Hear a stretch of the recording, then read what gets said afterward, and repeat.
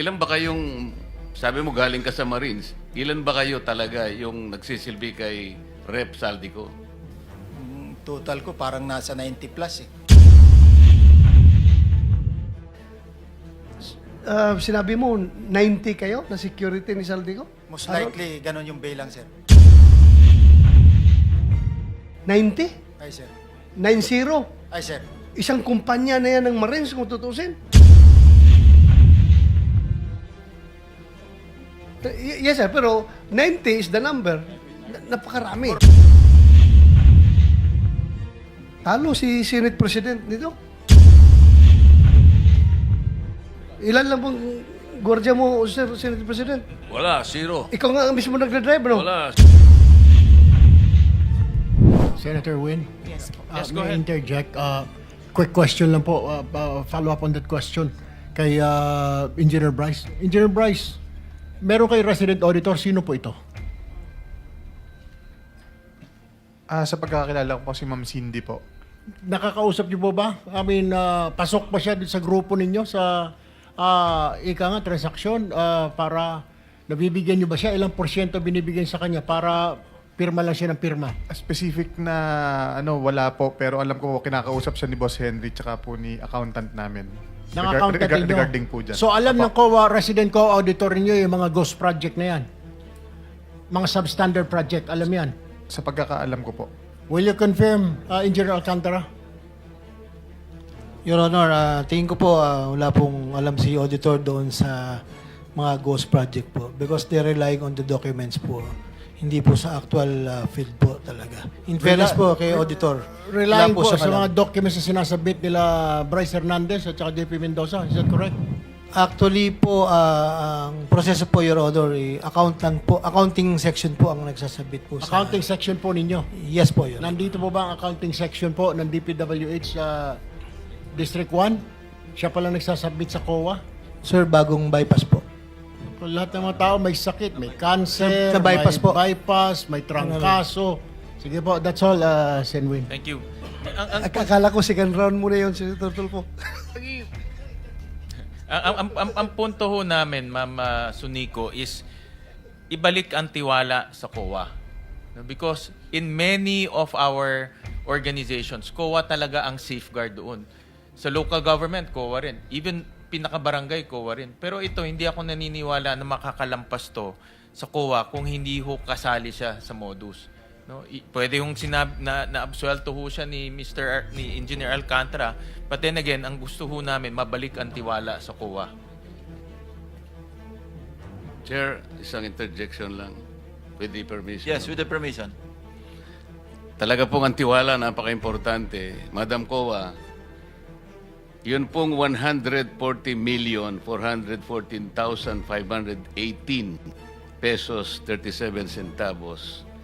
Ito po ay notice of disallowance sa SBMA. Noon pong June 20, 2017, after several petitions raised by SBMA, nag-issue na po ng desisyon ng Korte Suprema, final and executory. Final and executory. Ang nagbayad lamang po ay halos 3 million. Ang hindi po nyo siningil, 137 million plus plus. Wala po kayong paliwanag bakit hindi nyo kinolekta.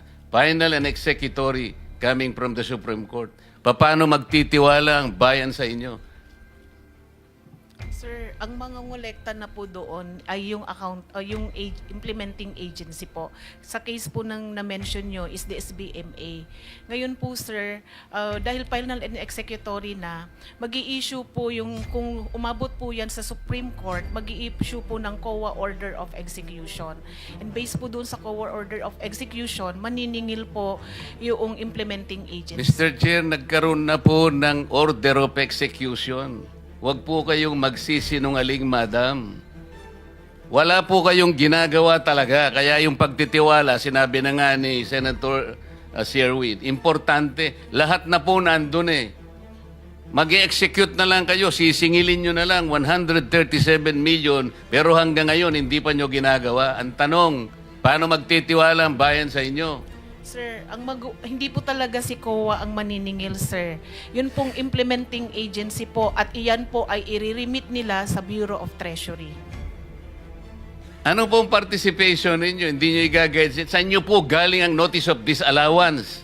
Amin po, sir. Pero po, sir, dahil may mga proseso nga po sa Sus korte, Mariosep sir. na proseso. Puro kayo proseso, pero walang nangyayari. Pinag-uusapan natin tiwala. Yes, sir. Opo, yun naman po kasi ang nasa proseso, sir. Hindi po si COA talaga ang maniningil, sir. Wala kang gagawin para sabihin mo sa SBMA, meron kang prerogative, meron kang power na sabihin mo, mangolekta ka. Nag-issue na kami ng order of execution. Huwag mo sasabihin ng proseso. Yes, sir. Kaya ma'am, ang problema pa ho, post-audit. No? Ibig sabihin, bayad na. Di ba ho? So kung hindi nyo madidetect ho yan, bayad lang sila ng bayad, bayad lang ng bayad, bayad lang ho ng bayad. So ganun ho nangyayari ngayon, bayad lang ho ng bayad. Kahit na ghost projects, bayad ho ng bayad. So, Mr. Chairman, allow me to move to another topic. And this is the topic of yung unprogrammed funds. No? So I want to gusto ko sana magtanong sa DBM kay Yusek Toledo.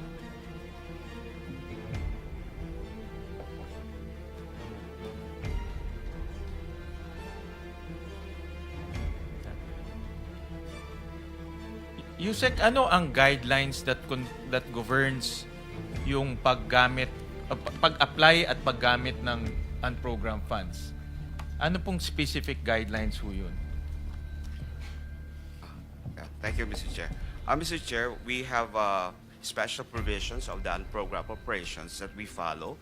Basically, following that, Mr. Chair. But the special provision, prioritization lang yun eh. Yung Yes. specific guideline for agencies to follow para makarequest sila at ma-release yung unprogrammed funds. Okay, Mr. Chair. Mr. Chair, ang nangyayari po dyan, magsasubmit po ang agency, in this particular case, the DPWH for special budget request. What guidelines first? Ano yung, di ba nagre-release kayo ng memo, ano yung, Okay. ano yung susundan nilang guidelines? Okay. We have issuance po ng what we call the fund release circular, which is what yung fund release, which is basically NBC, National Budget Circular. For this year, we issue NBC 595. 595. Sir, we'll give you an extra 1 minute kasi expired na yung 7 Ah, minutes. sige po. Extra one Okay. minute. So, 595. And dito po sa guidelines na ito, sino sa, DPWH, sige, yun ang ating focus. Sino sa DPWH ang dapat ho mag-request? The head of the agency, Mr. Chair, which is Secretary Bonoan, and even in the past, we have also some records to show that we have a request coming from the agency, Mr. Chair. So, all requests should be signed by Secretary Bonoan. Yes, Mr. Chair. Okay. And ano ang mga, for infrastructure projects, ano ang mga supporting documents ang kailangan? Ano ang requirement in supporting documents? Of course, with the special budget request, doon sa po based on our charter, meron po tayong sinasabi budget execution document, which is basically submission of financial report, the disbursement program, the physical program, Mr. Chair. So BED 1, 2, 3, plus other documentary requirements, Mr. Chair. And kailangan rin, kasama rin dito yung shovel readiness. Of course, Mr. Chair, kasi that will also sort of importance po na kailangan po ma-justify nila that the program or project that's being requested is ready for implementation. So, dapat yung submission nila for request for unprogrammed funds, shovel ready siya. Yes, Mr. Chair, based on the plan, yes. Okay, and then through the evaluation, i-evaluate niyo yun, and who is the approving officer to release the fund? The program operation is being approved and signed. The release document is being signed by the Secretary. So, all projects ng unprogram dapat shovel ready. And when nakita ko doon sa inyong memorandum circular, ang definition ng shovel ready, may feasibility study, may plano, may detailed engineering. Tama po ba? Lahat na yun, all those coordination with the local government. Yes, Mr. Chair. Okay. Because narinig ko rin kay Secretary Vince Dizon last time na in all of his, almost all, na mga flood control projects, walang plano. Sinabi niya yun. At least, halos lahat ng nakita niya, walang plano. Nakita nyo ba itong mga sinasubmit sa inyo ng DPWH? Nakita nyo mismo may plano, may feasibility study, and kompleto lahat yun? Mr. Chair, what is being submitted to us is yung ano nga po, as mentioned to you, yung budget execution documents. But yung as far as the plan, that is, we leave it to the Department of Public Works and Highways, being are the one who are responsible in determining the readiness of the projects, Mr. Chair. Yeah, but do you ascertain? Kasi meron kayo ditong mga meron kayong mga grupo na chine-check mabuti yung submission sa inyo kung shovel readiness na eh. Diba Sir meron Tuwin, kayo? kindly wrap up. Yes, Naka Mr. 2 minutes ka pang extra. Sorry, Mr. Chairman. Well, Mr. Chairman, ganito na lang. Just submit to us yung mga documents na sinabit sa inyo ng DPWH. Kasama din dito yung mga supporting documents and the documents that led to the release of SARO Yes, we'll provide that, Mr. Chair. from 2022 to 2023. This is on the case ng unprogrammed funds. Yes, Mr. Chair. Mr. Chairman, ito last na ho to, no, before I terminate. Because I was also, since si Mr. Saldico ay madalas hong mabanggit dito and highlight ho siya nitong ano natin. I'll just show some of our findings sa research ho namin. Makilabas nga yung slide 3. So, lumalabas ho, Mr. Chairman, slide 3, na from 2022 to 2025, 34 billion na ho ang na-release to SunWest Corporation. And ito hong data, sinabit ho sa amin to ng DPWH kung ano po yung mga projects na na-release na sa SunWest Corporation. At tinignan ho namin at which process of the budget nakapasok ho yung mga projects. Makikita ho natin in 2023, 1 billion na sa unprogrammed appropriation. In 2024, 3.2 billion na sa unprogrammed appropriation. But makikita rin ho natin from NEP to GAB to GAA saan mapasok yung mga projects na na-award po sa SunWest Corporation. Ang punto ho dito, 4 billion na award po sa SunWest Corporation galing sa unprogrammed appropriation. Yun po yung punto. Kaya important, kaya nga, Which is not easy, no? which is not easy Yeah. because mayroon guidelines ang DBM na dapat shovel ready. No? So tinignan rin ho namin yung isa pang corporation, Hightone Corporation, which is connected to Zaldico rin. Makikita ho natin dito na nagamit rin po yung unprogrammed appropriations to a tune of about 814 million pesos. So, pag kinonbine ho natin yung mga projects awarded to SunWest and Hightone, lumalabas po almost 47 billion pesos po. Hindi, lahat na ho yan, but sa unprogrammed, lumalabas is almost 6 billion pesos. Unprogrammed lang yun. Unprogrammed. Unprogrammed lang ho yun. Thank you. Yeah. Thank you for pointing that out. Thank you, Mr. Senator De La Rosa. Thank you. Before Yeah, that, the Senate President first. Before that, just one question, Mr. Chairman. Because I will be leaving shortly, I will be meeting all your wives. Because there will be an oath-taking of the Spouses Foundation of the Senate. But speaking of the Senate, tatanungin ako sigurado ng mga asawa nila puro mga senador ang binabaril Bakit ba, ano ba yung sinasabi? I want to clarify, Mr. Engineer Hernandez. Ano ba yung sinasabi ng abogado mo merong 6 na senador kang babanggitin? Ano ba yun? Your Honor, ang banggit niya po siguro yung laman po ng computer ko. Actually, may mga congressman po na nandun na hindi po senador yung laman nung computer ko. So fake news yun, ha? May 6 na senador na nunumbrahan mo daw. Mga congressman yung nasa computer mo. Yes, yung nasa computer ko po, congressman po. Okay, thank you. So fake news nga. O naligaw si Raymond. Diba? And anyway, basta yung ating media, ingat naman tayo sa mga fake Yeah. news. Kanina umaga, may napanood na naman akong fake news tungkol sa sarili ko. Hindi ko alam na nangyari yun eh. Mr. Senate President, I agree with you kasi maraming mga insinuations, nabanggit, Senator Sherwin Gatchalian, Senator J.B. Ejercito, kung sino-sino na lumalabas na pangalan. That's why we need to clarify kasi ikaw ang kinukote nung lawyer.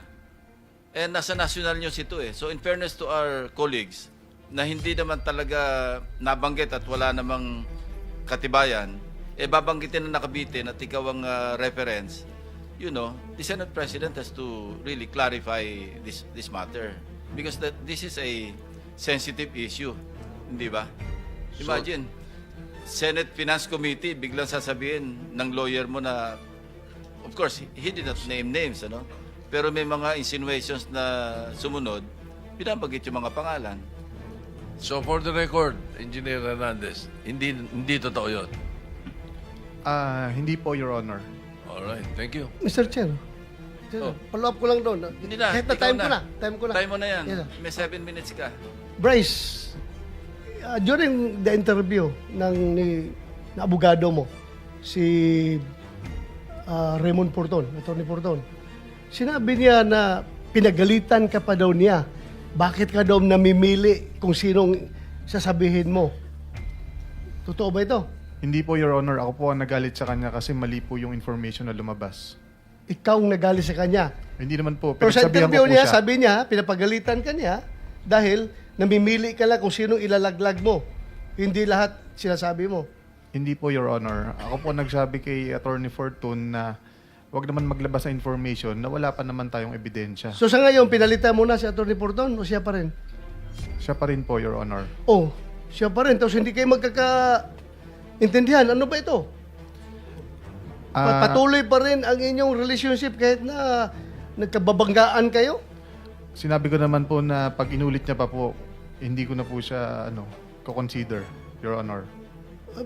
Mr. Chair, may I move that next hearing, Atty. Porton be invited here? Because mabigat yung sinabi niya, Mr. Chair. Dahil, ito'y parang sort of... Consult tayo sa legal kasi abogado yan, lawyer eh. Yeah, we have That's to invite him as... lawyer-client relationship. Tingnan natin. Tatanong muna Yes, tayo sir. sa mga abogado. Hindi tayo abogado pareho eh. We have to invite him as a resource person, Mr. Chair. Dahil Your it's Honor. like a sword of Damocles hanging over our heads. Pag sinabi niyang gano'n, dapat paklaruhin ninyo. It can be anybody. Pwede ako, pwede siya, pwede si Senator Risa, pwede si Senator Bam.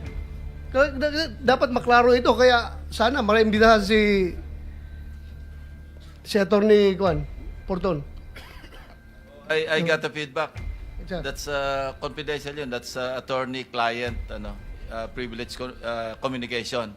So, Pero bakit niya sinabi sa media, Mr. Chair? ikaw, hamonin mo na lang. Huwag na dito. Thank you, Mr. Chair. Salamat. Pero Mr. Chairman, yung kliyente na mismo, dinideny yung sinasabi ng kanyang abogado. No? So, Sige, Mr. Chair. Sa Soler, Mr. Chair, yung binhanap natin na tao na gumagawa ng fake na ID, andito ba? Torigusa? Halika. Archibald Torigusa. Engineer, Siguro, may utang pa to sa inyo, no? Your Honor, malaki po utang pa sa amin. 24 million, ano? Opo, Your Honor. Mamaya, tanungin natin. Mr. Chair, yung movement ng resource person papunta sa upuan, deducted yung sa time, Mr. Chair, ha?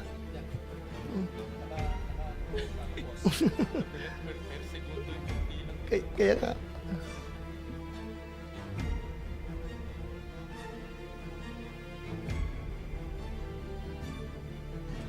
Mr. Torigusa, nakapag-oath ka na? Kanina? opo. Ikaw ang tinuturo na gumawa ng fake na ID dito sa kay Engineer Alcantara at Engineer Bryce Hernandez. Is it true? Bago ko po sagutin, magandang araw po sa inyo, Mr. Chair. Diretso na kasi maubos yung time ko. Sagot ka kaagad. Ano po, hindi po akong gumawa or nagpagawa po ng mga Sino? IDs po nila. Ako po ang sinamahan ko lamang po sila sa membership counter upang magpagawa ng mga cards nila ng membership. Actually, Your Honor, kung mabibigyan lamang po ako ng pagkakataon, pwede po sana na kung ma-retrieve po yung CCTV, nandun po yung occasion na nakapila po silang lahat, pumipirma po at dala po yung mga So let's IDs. go to the point, the main point of the issue. Bakit ibang pangalan nila nakalagay sa ID? Hindi ko po alam yon, Your Honor. Eh kung sila ang tanungin ko, hindi rin daw nila alam. Kayo daw nagbigay. Alam mo, mabigat ito ha, because kung totoong kayo ang nag-facilitate sa pag-manufacture ng fake ID para ito mga taga-DPWH makapag kahit na illegal sila na maglaro dyan sa casino, nagiging instrumento kayo. You are not only an accessory, you are an accomplice to the crime na inubos nila yung pera ng gobyerno sa paglaro dyan sa Soler dahil kayo ang nag-facilitate. At yung pag-facilitate niyo ay talagang krimen yan. Falsification. Gumawa kayo ng ID na ibang pangalan para hindi sila matunton. Your Honor, Sino ang gumagawa ng ID doon sa Soler? hindi ko po talaga alam, Your Honor. Hindi nga. Sabi mo nga, yung nakapila sila doon. Opo. Sino ang nag-ooperate doon? Sa membership counter po, Sinong mga tao doon? yung mga empleyado po ng Soler, So, dinay mo ha na hindi ikaw ang nag-facilitate na pag-issue ng hindi po talaga, fake. Your Honor.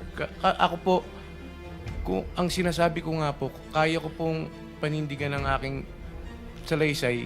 Kasi ano po na meron pong, kung may re-retrieve lamang po yung video, lahat po sila doon, nakapila po sila So, doon. sino ang nandoon, nagbibigay ng gumagawa ng ID? Magbigay ka ng pangalan. Ano po yun pa-iba-ibang, ano po yun empleyado po, papalit. Sige, magbigay ka ng pangalan para ipatawag natin dito. Alam nyo, naubos ang pera ng Pilipinas dahil sa inyo Ina-allow nyo sila doon maglalaro ng fake na ID.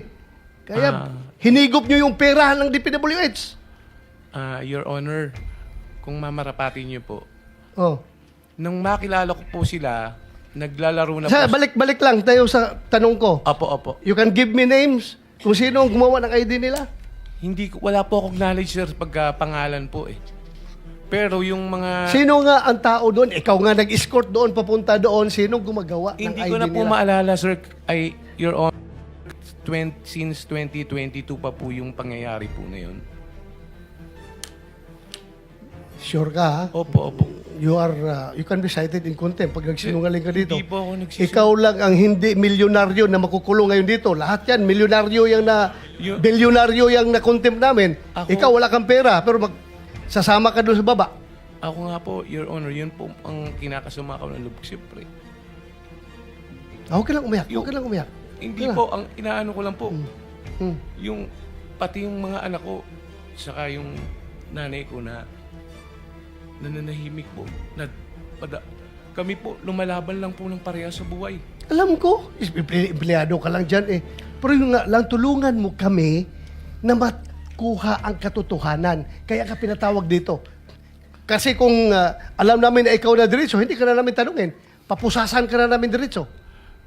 Kaya tinatanong ka namin para malaman namin kung sino itong malaking sindikato na ito Para paggawa ng programa hanggang pag-implement, hanggang sa paglustay ng pera na nakamkam nila. Kasama kayo sa sindikato dahil kayo ang nagbigay ng ID na Hindi fake. po talaga ako. Okay, wala kami ibigay na pangalan. Wala po ako kasi po akong kinalaman. Ma-retrieve mo Your yung Honor, talaga. CCTV doon na O 2022, hindi malabo na. Sabihin naman ng CCTV na good for 1 month lang maximum yung retention ng memory ng CCTV namin. 2022, malabo na. Kaya I am relying your human memory, not the CCTV memory. Your Honor, pwede pa pong pagbasihan yung membership card nila. Kasi real time po yung pictures po nila doon eh. Yung kung ano po yung picture nila doon, yun po yung araw na nagsipirma po sila nung ginagawa nila yung card. At doon din po nila prenisinta yung mga IDs. Okay, sige. Hanapin namin yan. Opo. You're not yet off the hook, ha? Papatawag ka pa rin namin. Okay lang po, okay Ha? lang po, Ha? Your Honor. Maraming Thank you. salamat po sa pagbibigay nyo na po ng Salamat. chance sa akin po. Sir Ronald, Yes, sir. paano kayo nagkakilala ni na Bryce? Yun po yung meron pong insidente po sa Soler na pagbaba ko po ng hapon is meron po kaming players. Naglalaro po sila sa ibang tables, maingay po sila, masaya po sila. Ngayon, ang pagkakasabi po sa amin, sila po ay mga sabungero at mga kontratista. Ngayon po, si Mr. Loren Cruz, may nakakilala po sa kanyang tiga sa kanila, which is pinakilala lang po ako kasi mu-order po sila ng pagkain, na-decline po sila. Kaya po pumasok yung point na yung pagpapa-member po nila. Pinaliwanag ko po sa kanila na yung kung ano po yung pribilehiyo pagka magiging member ka po ng isang casino po. Meron ka pong makukuha na libre pong pagkain, na libre na inumin, na libre na hotel rooms. Basta po naglalaro ka. Sayang naman po kasi kung naglalaro po sila, ma-accumulate po nila yun, makakakuha po sila ng libreng... Kailan yan? Nung October way back 2022 po, kung matatandaan ko po. Mr. Chair. Opo. Pasensya na po kayo, Mr. Chair. Continue. Opo. Ito po ang aking salaysay na Sige. Gaano kahaba naman yung salaysay mo? ay ano lang po ito, 3 page lang po. Sige, okay. Po. Kasi Ronald, hindi naman naka-charge sa'yo. Hindi naka-charge sa akin, sir, ha? Sige. Sige, tuloy.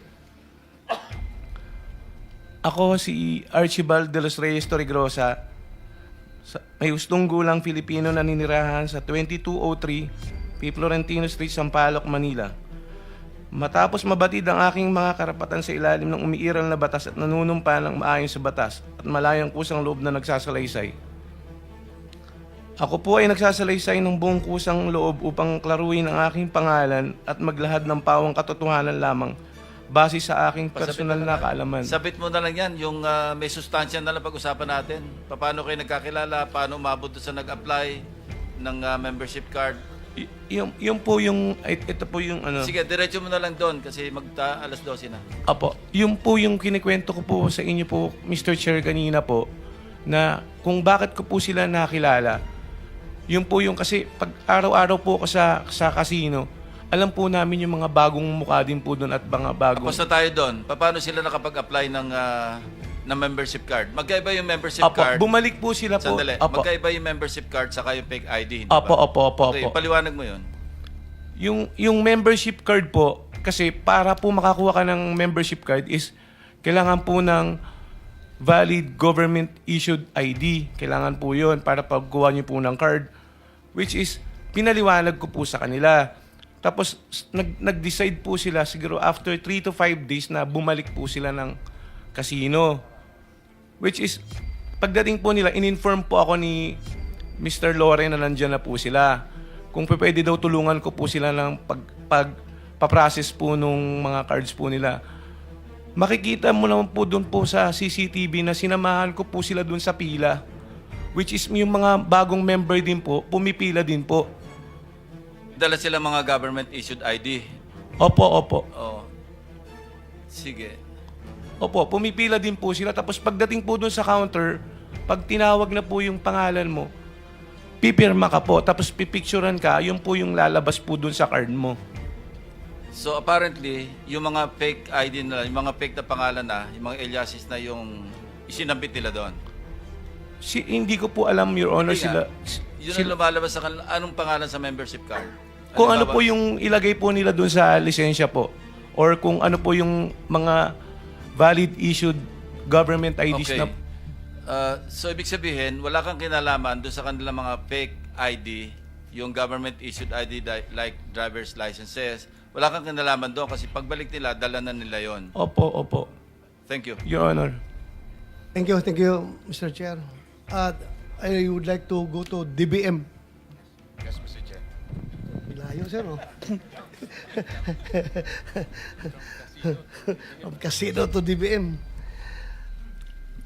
Ako'y nagtataka kung bakit ganito na lang ka powerful si Saldico na siya na ang chairman ng Appropriations Committee ng House at the same time para na rin siyang secretary ng DBM at the same time para na rin siyang secretary ng DPWH. You know why? Kasi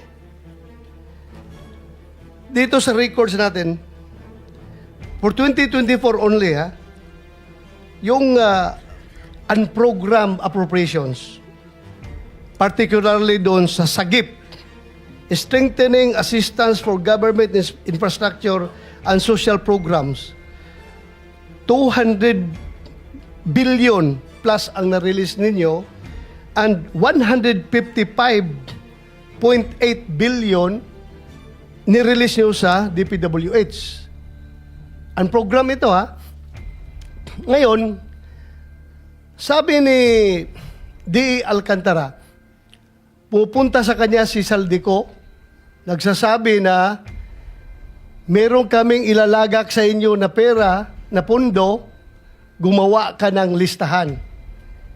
Tapos, pag gumawa na si Alcantara ng listahan, submit niya kay Saldico.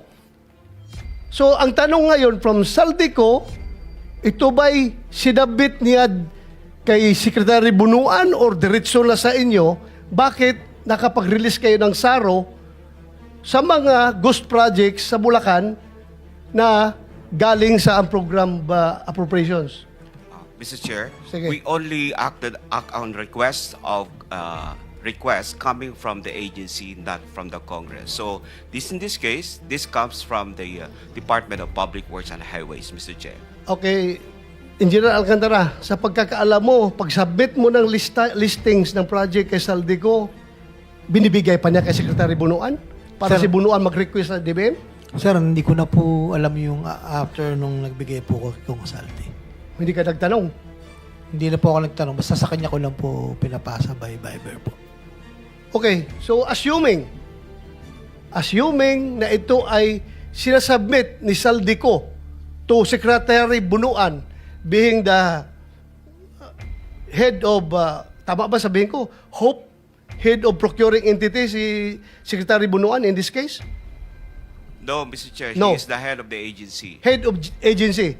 Kasi isasubmit niya ito sa inyo in the form of agency budget, Special budget request. ano? Special budget request, Mr. Chair. Special budget request. Isasubmit sa inyo. Ngayon, pag nag-certify ang Bureau of Treasury na merong available funds, magbigay ka agad kayo ng SARO para dyan. Correct? Mr. Chair, of course, based on the request, we will evaluate and then kung titingnan namin, Mr. Chair, kung there's available excess revenue because an program fund could only be unlocked if there is an excess revenue certified by the Bureau of the Treasury. Correct. Oh, so kaya nga ako'y nagtataka. Imposible magawa ito lahat ni Saldico na walang kakunaybans diyan sa loob ng DBM. Mr. Chair, I don't think so Senator na mangyari ito. Bigyan pa ng additional 1 minute or 2 minutes additional? 2 minutes, Expert- sir. 2 minutes, sige. Last, 2 minutes. Sige. Yes, Senator Wing. Nag-interject ka naman sa akin, so ako. Kay Engineer Alcantara, pag nagsasubmit kayo ng project, meron bang flood control, feasibility study, detailed engineering, coordination to the local government, isang mahabang listahan, meron bang ganun? Wala po. Just title and amount po. Actually po, nanggagaling po sa mga sections dahil may mga identify na po kaming location, mga karuktong po ng mga nasimulan. So po. walang feasibility study. Meron pong bayan na meron pong feasibility. Pero yung sinabit nyo yung mga sinasubmit nyo sa unprogram, yung mga typical lang. Title and amount lang, Your So Honor. walang feasibility study, walang detailed engineering, kasi Yes, Your buo Honor. siya eh. Title and amount lang. Yun nga sinasabi namin, Yusek Toledo, these are not shovel-ready projects. Bakit nalabas yung pondo kung hindi siya shovel-ready projects? Yan ang nanggaling na kay Engineer Alcantara. Mr. Chair, we have a certification also coming from the agency that is ready for implementation based on the forms and even the submission and even our documents will show you. At the same time, Mr. Chair, given that yung under the administrative code, sila po dapat ang may mandato to identify, plan, secure funding for programs, design, construct, or undertake pre-qualification bidding and award of contracts of public works projects. So, mean to say, sila po talaga ang Napakadali lang. mag-identify, Ang Mr. Chair. tanong dito, napakadali lang. Bakit ang bilis ninyo makapag-release ng SARO galing sa program funds? Yun lang ang tanong namin. Anong influence meron si Saldico sa DBM? Bakit kapag siya ang naglagak ng pera, particularly sa first district ng engineering district ng Bulacan, bilis kagad na isyuhan nyo ng SARO? Mr. Chair, we don't know what is the Congressman Saldico as far as the influence niya sa project. Because that is already Hindi ako by nagtatanong. agency po. Hindi ako nagtatanong influence sa project sa inyo, Wala sa po. DBM. Bakit Wala po. approve kagad? Mr. Chair, we only follow what is being Or prescribed by the guidelines. ganito. Baka hindi ikaw nilalapitan. Baka yung boss mo. We don't know that. Ha? I don't know with the chair. Ganito lang. Bakit nagwa-wonder ang Pilipino? Bakit ang bilis ninyo makapag-issue ng SARO doon sa mga unprogrammed projects na nagiging ghost projects? Itong tanong talaga eh. Ito ang tanong. Bakit ang bilis ninyo makapag-issue? Sabi nga ni Sinwin, that should be, ang standard nyo is shovel ready. Meaning, pag issue na ng SARO, pag-implement, tabol kagad, pala, ganon. Oh, ito'y ghost projects. O paano kayo nakakaroon ng shovel ready na ghost ang napuntahan? We don't know Ano about, ito? Mr. Chair, we don't know about the ghost. Kasi ghost project could only be determined once it's not being approved as one.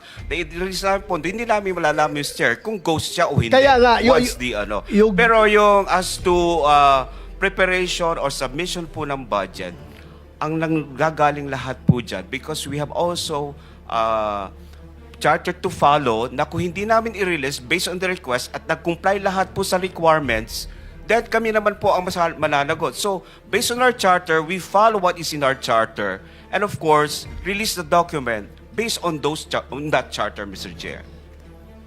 So, meron po kami sinusundan talaga, Mr. That is published in our website. Alam mo, kung gusto, maraming dahilan. Kung gusto, maraming paraan. Pag ayaw, maraming dahilan. Alam mo, pareho tayong nasa gobyerno, gusto sana namin mag-cooperate kayo fully. Bakit ganito? Let us, please help us to answer the question why. Hindi lang question ko yan. Question ng taong bayan. Kung bakit kapag mga project na gusto ni Saldico, ang bilis ninyo maka-issue ng SARO. Yun lang akin ha. Ay hindi kita pinopolt, Mr. 10 seconds. Yusek ha. Hindi Senator. ikaw ang may kasalanan. Hindi kita pinopolt dito. Oh, you have now 5 seconds. 5 seconds, sir. Nagtataka lang ako, bakit ang DBM ang bilis maka-release ng SARO para sa mga request ni Saldico?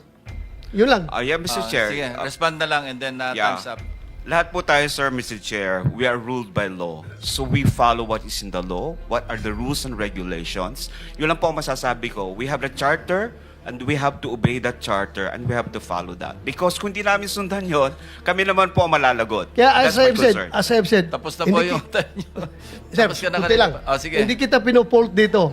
Huwag mo sabihin na, baka sabihin mo na naman si Senator Bato, gustong baliin ko yung batas para, sumunod tayo sa batas. Yeah. Ha? Thank you, Mr. Chair. Sumunod tayo sa batas, pero ang tanong ko lang, sana may sagot. But anyway, hindi mo kaya sagutin, wala tayong magawa. Thank Thank you, Mr. Thank you, Chair. Senator De La Rosa. Senator, before I recognize, i-clarify ko lang kay Archibald, empleyado ka ba ng Soler? Hindi po, Your Honor. Paano ka napupunta doon? Paano ka nakapag-influence ng ganun?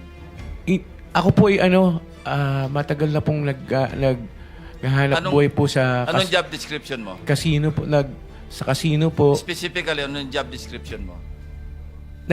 Nagba-buy and sell lang po kami, sir. Your Honor. Anyway, sige, never mind. Sige, Senator Pangilinan is recognized. Thank you, Mr. Chairman. Ang una kong tanong ay sa COA. Nasaan ang COA?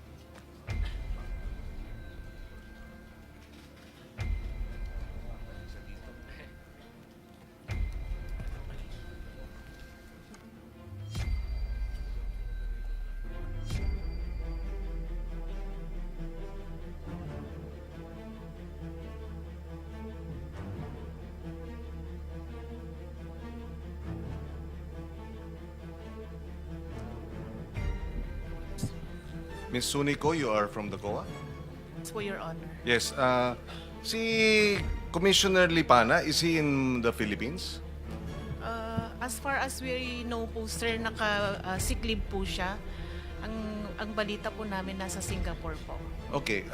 Is he under investigation by the COA Sir, right now after all the allegations and the revelation and the testimonies? Sir, clarify ko po kung ano pong gusto nyong sabihin sa investigation. Kasi po, sir, di ba po impeachable official po siya. Pero No, with respect to your internal, your internal processes as a commission, hindi naman pwedeng maghihintay kayo ng impeachment? Should you not also have your internal investigation? sa mga transactions po siguro, sir, nire-review na ng mga auditors, and even po doon sa na-mention po nung nakaraang hearing, sir, na meron po siyang transaction sa Bulacan, kasama po yun sa fraud audit. Pero doon po sa position niya bilang commissioner, sir, na investigation, parang hindi po saklaw ng COA po. Ibig sabihin, hanggat walang impeachment investigation or complaint, walang aksyon ng COA sa ganitong klaseng sitwasyon? Sir, hindi ko po masasagot, sir, kasi, sir, di ba po ang option lang it's either mag-resign po siya or ma-impeach po siya. Okay, but kung gano'n ang hihintayin natin, ibig sabihin, hanggat walang nagpa-file ng impeachment complaint, wala ring internal disciplinary processes yung COA. For example, okay, I can understand that up to a certain extent, although I disagree with it, no, na wala kayong pwedeng gawin dahil impeachable officials. But dun sa mga COA auditors na may kinalaman o na-involve or sila ang nag-audit nitong mga ghost projects, meron ba kayong ginagawa tungkol doon? Kasama po siya sa fraud audit, sir. Kasama po siya sa objective ng fraud audit team kung involved po yung mga auditors natin. And then eventually kung ma-prove po siya ng fraud audit team natin, nakasama po yung mga auditors, isasubmit po yan sa internal audit affairs po namin. Yeah, but how long will that take? Kasi ang pinag-uusapan dito 2020, at least initially 2023, 2024, 2025 based dito sa Salaysay. Meron na kayong ongoing investigation ng mga auditors ninyo? In other words, meron bang nag-audit sa mga auditor? Meron po, sir. Opo, meron po. Okay, kasi nga yung gusto nating malaman kung totoo ba yung biro na commission o audit. Ibig sabihin, bigyan nyo kami ng komisyon at kung walang komisyon, bibigyan namin kayo ng audit. Kasi hindi natin alam paano nakalampas lahat itong mga substandard, etc. ng ilang taon. No? So, we need that information in the next hearing. If you can at least submit an updated, ano ang update doon sa mga investigation ng mga auditors that may have yung fraud, unit. What do you call it? Fraud Audit Office po, sir. Fraud, okay. Opo. But as far as I'm concerned po, sir, wala na po din doon sa team yung mga auditors natin sa Bulacan First District Engineering Officer. Na-reshuffle na po sila. Opo. Bakit naman reshuffle? Baka mamaya kung saan mo sila dalhin, doon naman sila gagawa ng kanilang kalokohan, hindi ba? Hindi po, sir. Wala na po sa auditing unit po. Yes, but should not there be a deeper investigation? Were they involved? May ongoing na po, sir. Okay, so we want the update.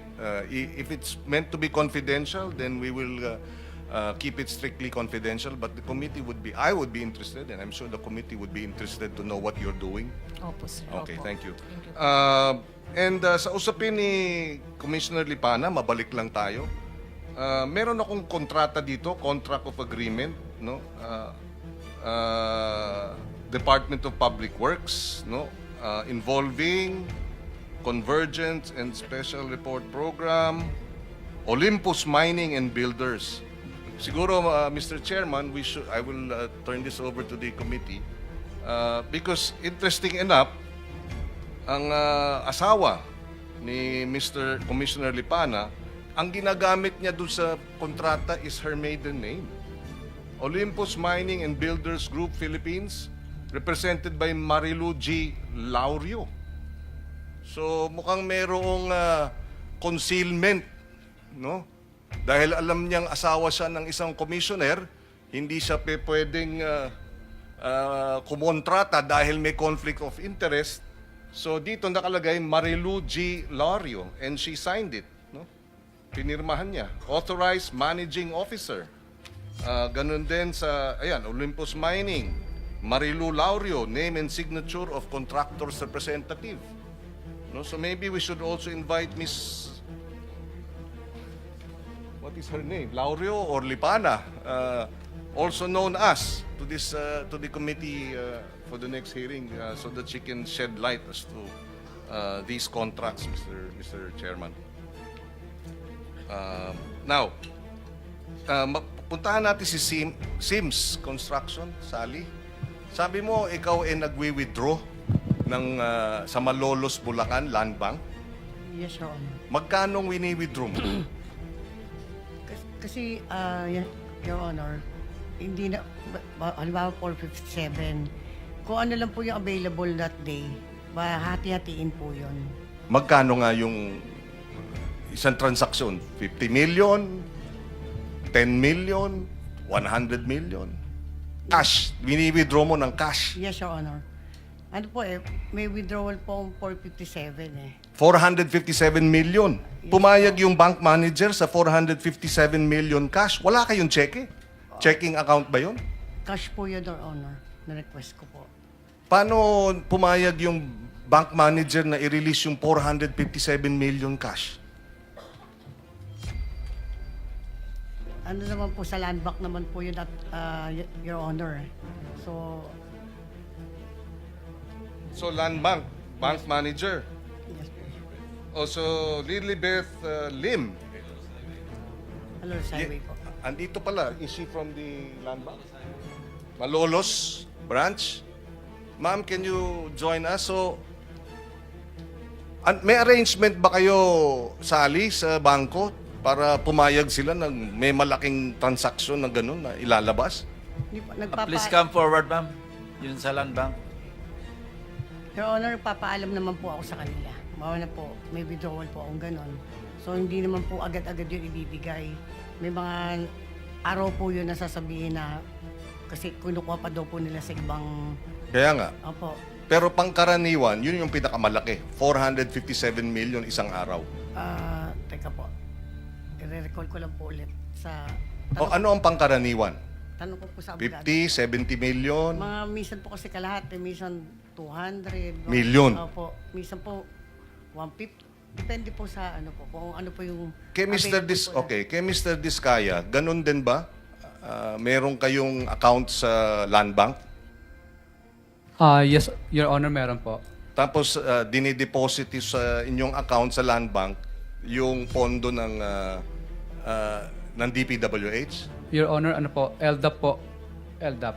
ibig po sabihin yung mula po sa DPWS pag binayaran kanila, papasok na po yun sa account mo.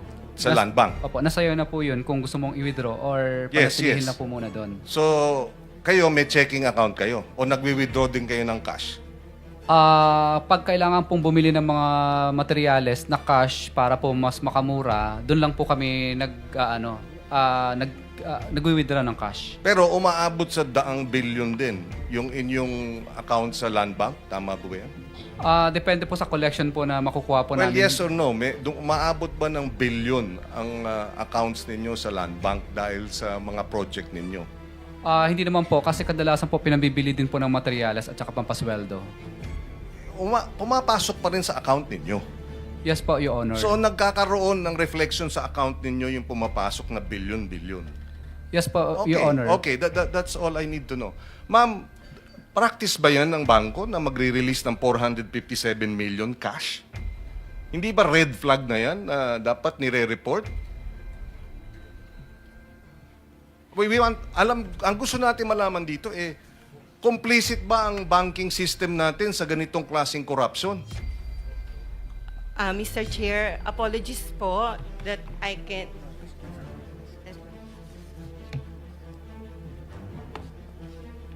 Kindly stand up, ma'am, so you can administer your oath. Do you swear or affirm to tell the truth, the whole truth, and nothing but the truth in this proceeding? Yes po. Thank you. You may take your seat. Please proceed.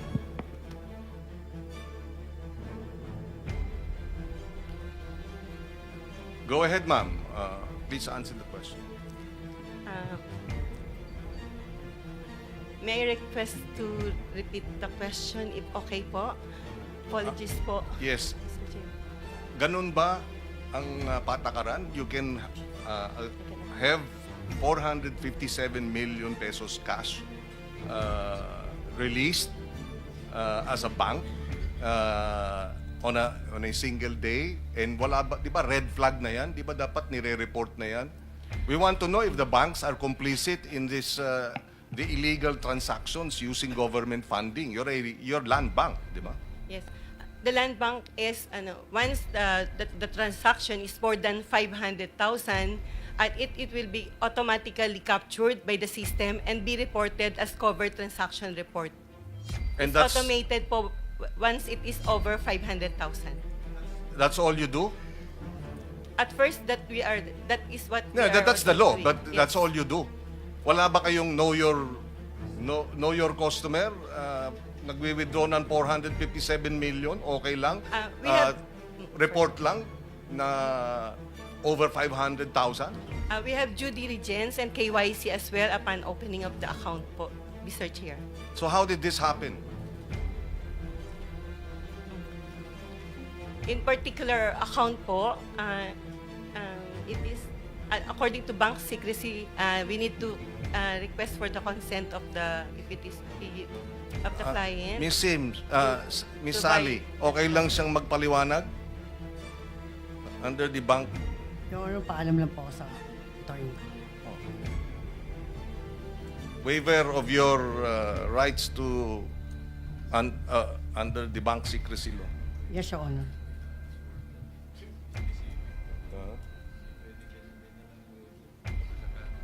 Well, anyway, so you're amenable. Go ahead, ma'am. Yes, we have a copy of the of the waiver that we can let her sign first Okay. now so that I can answer. Yes, so can you have that done?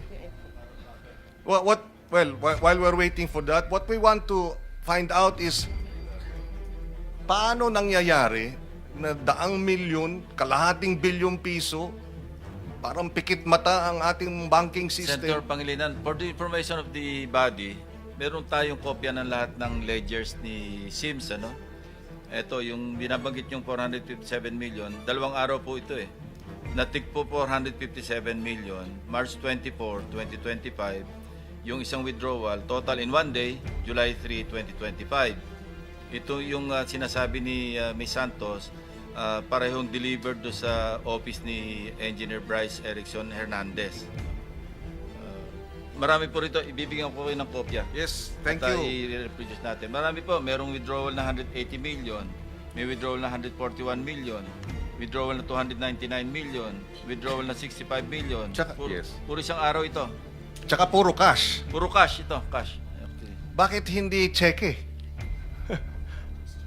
O manager's check? Bakit walang patakaran ang bangko na, teka muna, kasi pag may cheque, meron ding paper trail. Kaya cash. Kaya 500 million cash sa loob ng 2 araw. Hindi napapansin ng ating government bank pa ho ito. At most likely, alam ninyong government funds yung binayad doon sa kliyente ninyo. Senator Kiko, bigyan ka namin ng additional 2 minutes. Yes, please. Thank you. Thank you. Go ahead, Ms. Lim.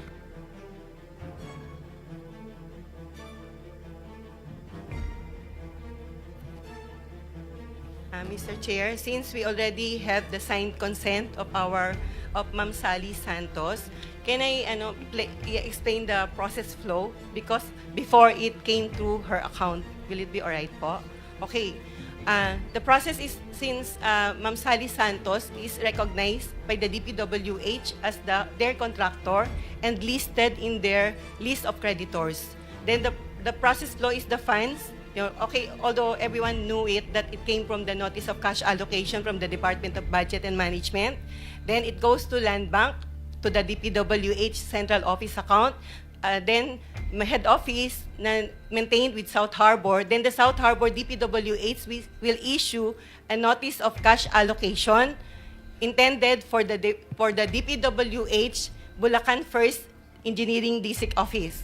So upon receipt of the Bulacan First District Office, they will issue an advice of checks issued and canceled. So that advice of checks issued and canceled coming from them with the regulation of the Bureau of Treasury for the 24 hours period before they can withdraw it or before they can credit it to the respective accounts of the contractors. So after the 24 hours, the following day, they will issue the list of due and demandable accounts payable, advice to debit accounts, that is the LDDAP ADA. They will send us that ADA, and then Land Bank will process it through the financial system. Then upon uploading, it will automatically credited to the different accounts, a passbook account of the different contractors. So once we receive that different accounts, that it will credit the account of intended for Ma'am Sally Santos. And that amount that she withdraw is not necessarily a one-time credit.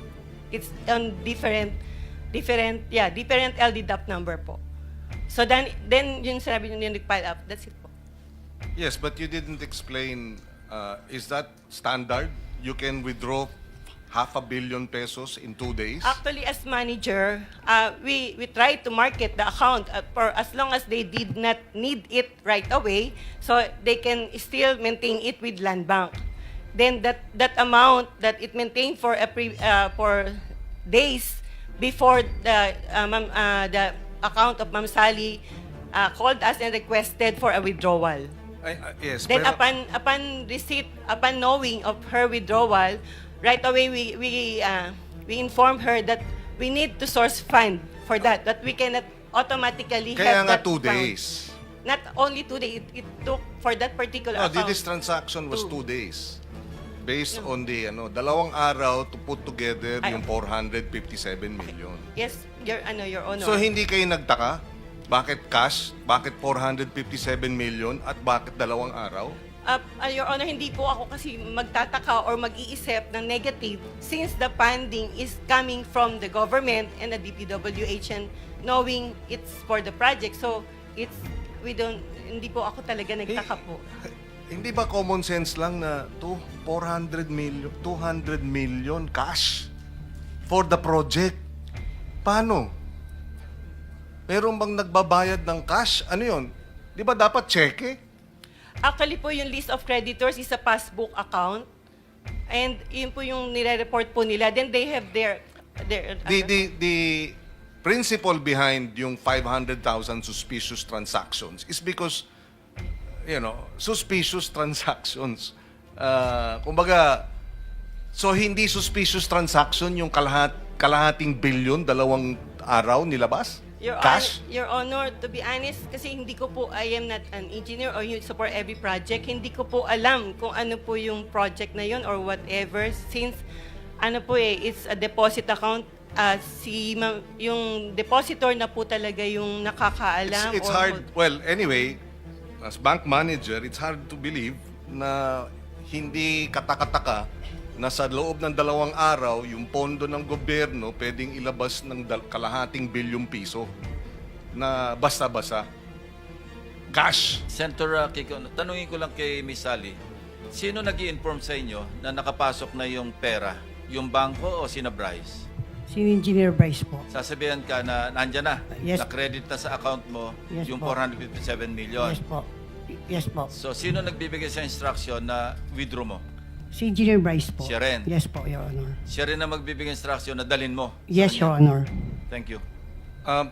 Ma'am, did you file a suspicious transaction report before the AMLAC? Yes po, for that particular account. Can we request for a copies? Anyway, there is already a waiver. Mr. Chair, may I be recognized? Yes. Kindly introduce yourself. Muna. Rafael Yap po of Land Bank Philippines. Yeah. May we request that he be sworn?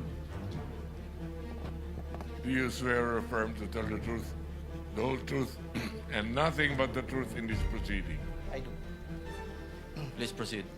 Mr. Chair, we'd just like to raise that the under the AMLA, suspicious or covered transaction reports are considered confidential. So we cannot answer or divulge any such information concerning that. With the indulgence Yes, of Senator, are you saying pag ganito kalaki, hindi nyo kailangang i-report sa AMLAC? No, no, Mr. Chair. It's just that we cannot divulge to Even to AMLAC, you cannot. to it's part of the sorry if with your permission if we could Can we talk to AMLAC with the Yes, indulgence yes, of please. AMLAC, where are you? Tama po ba yung pinagsasabi Good morning, nito? Mr. Chair. Hindi nila kailangan mag-report sa inyo ganito ng transaction? Before I answer, Mr. Chair, I would like to manifest that I have not yet sworn. Do you swear or affirm to tell the truth, the whole truth, and nothing but the truth in this proceeding? Thank you. Take your seat. Sige po, pakisagot po. Mr. Chair, may I have the question repeated? Question is, sinasabi niya, may confidentiality, hindi lang kailangan i-report sa inyo yung ganung kalaking mga transactions. I mean, almost half a billion. Tama po ba yun? They don't have to report it? Your Honor, yung pong pag-report po nila ng STR, subject to the risk appetite po ng covered institution po. So it depends on the parameters or guidelines na nasa palisiya po nila. Sir, paki-simplify kasi marami yung nakikinig sa atin. Yung po, hindi natin maintindihan.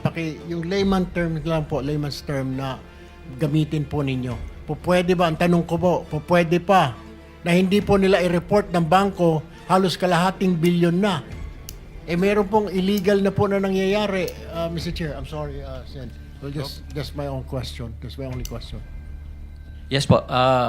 Yung pong transaction po kasi, kung beyond the threshold amount po, automatic po, yung 500,000 pesos po, automatic po nire-report po yan as a CTR.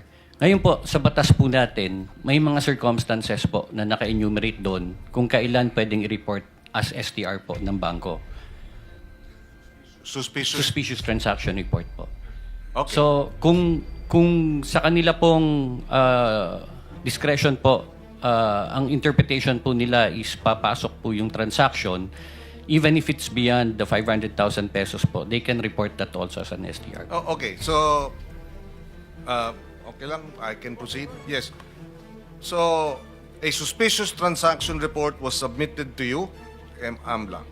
Of course, that suspicious transaction report now, they're saying, is they cannot divulge the contents of that report, right? Because the law says so. Tama ba, Mr. Amla?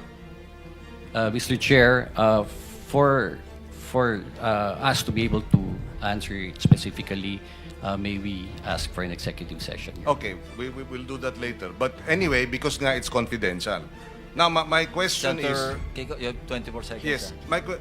Aren't you buried with all these reports that you're not able to act on it?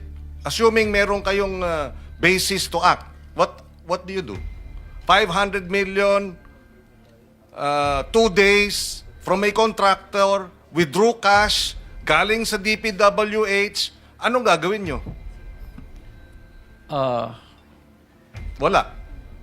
Ito po, usually pag trigger for investigation po, we are able to conduct a backtracking of the transactions, Your Honor. Yes, but and then what? If it is related to an investigation of an unlawful activity, Your Honor, we make use of it as part of our case build-up. But you can't freeze it there and then. Hindi po, Mr. Chair. Chair, isang Thank you, interjection Senator, lang, Chair, kung isa lang. So Yes. kulang ang batas. You're saying kulang ang ngipin ng anti-money laundering law in this regard? Just the last question. Because kung ganon, ayusin natin yung anti-money laundering law. Pagka may ganyang mga sitwasyon, dapat proactive yung bangko. Sila mismo tatawag sa inyo, hindi lang magpa-file ng report. May problema po rito, kayo na po ang gumawa ng aksyon. Di ba? If you're given that opportunity, would you avail of it, given that the law provides for that? Of course you would, right? Ma'am, DB... You may answer. Thank you very much, Senator Kiko. Your Honor, at Landback, we have the authority of the department who's handling that particular transaction po. Kulang Thank you. ang batas. Thank you, Senator Pangilinan. Senator Erwin, but there's an interjection from Senator Marcoleta. Salamat, Mr. Chair. Nalito lang po kasi ako dahil nga tama naman po yung tinatanong ni Senator Kiko. Mahigit pong halos kalahating bilyon wala pong plug. Kasi po, Mr. Chair, ako po ay nagbebenta noon ng lettuce. So, sabi kasi nung bibili sa akin, pinakamadali mag-deposit, mag-ano ka na lang ng account sa bank para deposit ko na. Sabi ko, kukunti naman yan. Para madali po, sabi niya. De, sinubukan ko pong mag-deposit sa Metrobank na malapit sa amin. Siyempre po, yung parang marginal deposit, mga 10,000 pesos lang naman. Nireject po ako ng bangko sapagkat congressman po ako. Noon po ito. Meron po kayong acronym na 3-letter word, parang potential. PEP, Politically Exposed Persons. Ayan, ganun. Bakit po 10,000 lang pong ino-open kong account? Dahil congressman ako, kinakailangan po akong imbestigahan. Ito po, halos kalating bilyon, hindi ko po maintindihan. Nasabi ko lang po, Mr. Chair. Salamat po. Thank you, Senator Erwin, and then we'll go on break. No? We'll come back at 2 p.m. So Two questions lang po, Mr. Chair. Kasi para po doon sa AMLAC, isa pong policy gap. Would you agree with me, sir, na isa pong policy gap ito na hindi pala uniform ang policy ng banks on how to treat transactions? Hindi pare-pareho? So, pag suspicious, hindi po? Parang normal yun dahil sa kuwan sila? Yung circumstances, Your Honor, it is enumerated po, naka-enumerate po sa batas yan. So, ang interpretation po would be with the AML unit po ng covered person. So, kailangan po baguhin po yan, yung policy po na yan. Kasi something's wrong. Will you agree? Kasi nagagamit po eh. Never mind po, sagutin niyo lang po yan mamaya-maya po. Dito po na tayo kay Sir Orly Regala Gutesa. Sir Orly, itong katabi mo, mga driver ito eh. Si Balatbat, si Santiago, nagdi-deliver. Itong si Balatbat, nakapag-deliver na raw kay Saldi ko. Nakita mo ba ito? Magkakilala ba kayo niyan? No, Your Honor. Hindi pa kayo nakakilala niyan? Yes, Your Honor. Mr. Balatbat, hindi mo na mamumukhaan si Sir Orly, security po ni Saldi ko? Hindi po, Your Honor. Hindi mo rin kilala? Hindi po. Alright. Sir, I have, Mr. Chair, with your indulgence, I just have two quick question. Anong trabaho ninyo, sir? Security? Bago po kayo nag-security, anong trabaho ninyo sa Philippine Marine? Sa infantry, artillery, ano saan po kayo? Dati po sa intelligence po ako sa Marine Corps. Intelligence. Tapos diretso na po kay Saldico o meron pa kayong VIP muna na daanan? Dati po galing ako sa Coca-Cola. Naging consultant po ako sa Coca-Cola. Tapos po, kay Saldico na. Opo. Nag-resign po ako sa Coca-Cola. Di napunta po ako sa kay Saldico, sir. Kay Saldico na po. Yun po yung unang politiko ninyo. Yes, Your Honor. Alright. Sir, tanong ko lamang po, okay. Diba, mabigat po yung inyong nag-deliver po kayo kay Speaker Martin Romualdez. Could you name kung sino po mag-deliver? Siyempre po, kailangan nyo i-confirm na na-deliver na po, boss, yung pera. Kay, siyempre, i-confirm mo kay Saldico, na-deliver na po sa bahay ni Speaker. Sino po mga dinideliveran nyo? Alam nyo ba ang pangalan? Sa dami po ng pera na yun. Sa pagkakaalam ko po, wala po kaming direct contact doon sa receiver kasi ang may direct lang contact doon, Your Honor, is si Paul or kaya si Mark. Si Paul or si Mark? Yes, Your Honor. Kasama ninyo, si Paul or si Mark, mag-deliver ng pera? Yes, Your Honor. Kay Speaker? Yes, Your Saan Honor. bahay po ito? Sa? Doon sa 42 Forbes, Your Honor. 42 Forbes. Okay. Alright. Ilang beses po kayo mag-deliver doon sa 42 Forbes na sinasabi ninyo? Bakit po nilaman na bahay po ni Speaker yun? Sino po nagsabi? Based doon po sa pa-deliver ng i-deliver sa bahay ni Speaker. Sino nakakaalam? Si Paul at saka si Mark? Yes, Your Honor. So, dinadala po kayo doon sa bahay ni Speaker? Yes, Okay. Your Honor. Ilang beses po kayo nag-deliver ng pera po doon? Simula po nung pag-start ko doon is ang actual ko pong deliver is 3 beses, Your Honor. 3 beses? Yes, Your Honor. Sa isang delivery, ilang maleta po ang dinideliver niyo doon sa 42 Forbes? Yung sa 42 Forbes, sir, Your Honor, yung sa nakuha naming 46 doon sa Bali noon, inakyat mo na yun sa bahay nila sa Horizon. Din nung ibinaba yung 46, naging 35 na lang yung box na naibaba.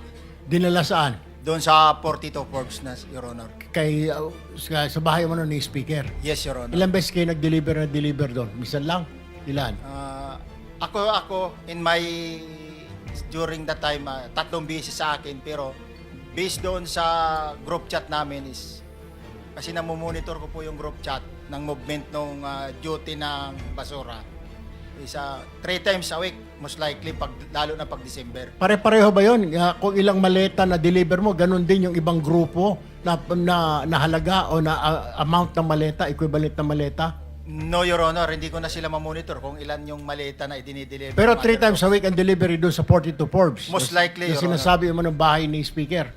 Yes, Your Honor. Gaano katagal po ito? Ilang buwan po ito na 3 times a week, 3 times a week? Ilang buwan po ito? Nung time ko po, from December po yun, December eh. Hanggang nandoon po ako noon. Ganun yung... Kailan po yun? Kailan ba kayo malis? August 5 lang po.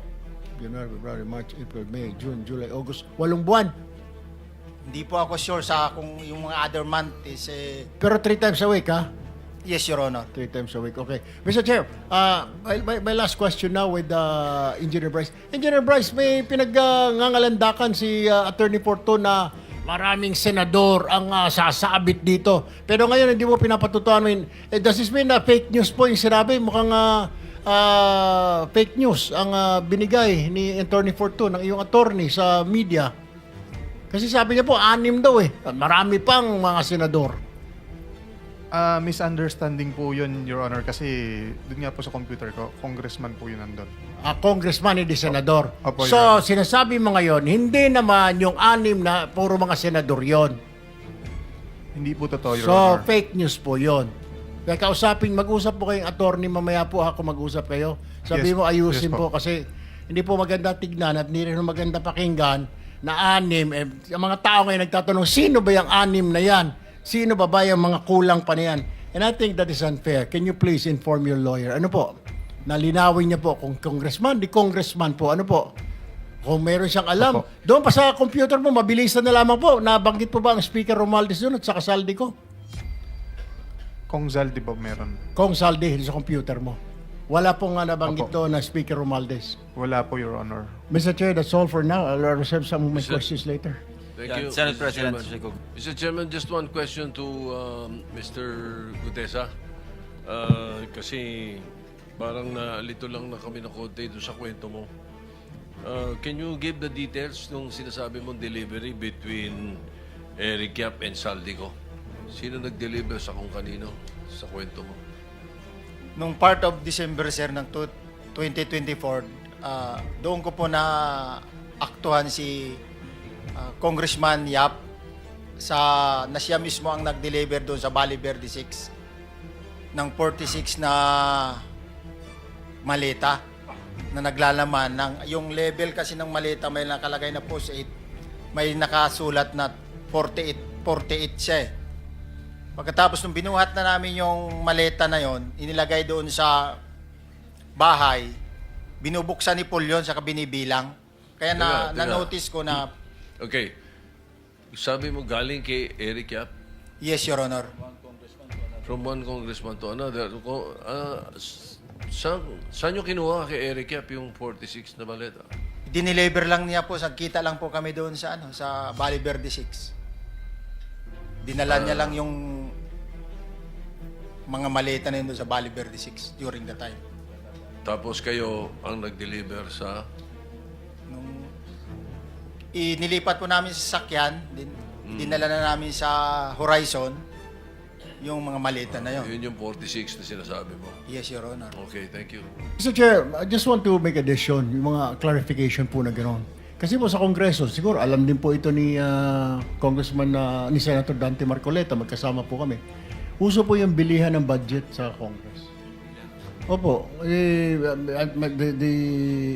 budget po, si Senator Marcoleta can attest to this. Kaya po minsan paghapon, pagpanoodin nyo po sa TV, paikot-ikot po mga kasamahan namin sa Kongreso, yun pala, lalapitan yung isa, may budget ko ba natitira dyan? Akin na lang, 20%, parang gano'n, susus basta. Yun po ang pagkakaalam ko, Mr. Chair. Thank you for the education. Hindi lang Chairman. yan sa Senate yun Point of information. Yes, Point of sir. information. Intervention lang, intervention. Just information. Mr. Orly, bakit kasi yung na-highlight mo yung 48 lang? Sabi mo naman, halos 3 beses sa isang linggo, meron delivery. Bakit yun lamang alleged delivery ni Rep Yap ang parang yun ang natandaan mo? Kasi yung po, Your Honor, yung kauna-unahan na nung mag-duty ako sa basura, yun ang kauna-unahan talaga na naaktuhan ko talaga. Ibig sabihin, unang duty ko, yun talaga yung bumungad sa akin, Your Honor. Pero marami kayo, may backup, kung may advance party ka mo. Ilan ba kayong, sabi mo galing ka sa Marines, ilan ba kayo talaga yung nagsisilbi kay Rep Saldico? Total ko parang nasa 90 plus eh. So, kung 90 plus, meron ka bang natatandaan ng mga kasama mo? Mabilis lang, para makita natin na talagang nagsasabi ka ng totoo. Sino-sino yung kakilala mo sa Marines? Sa Marines, mayroon. Sila Jubit Bunagan. Sige. Mark Bunagan. Alan Colisio. Maliban sa Marines, meron di bang ibang serbisyo? Halimbawa, police meron?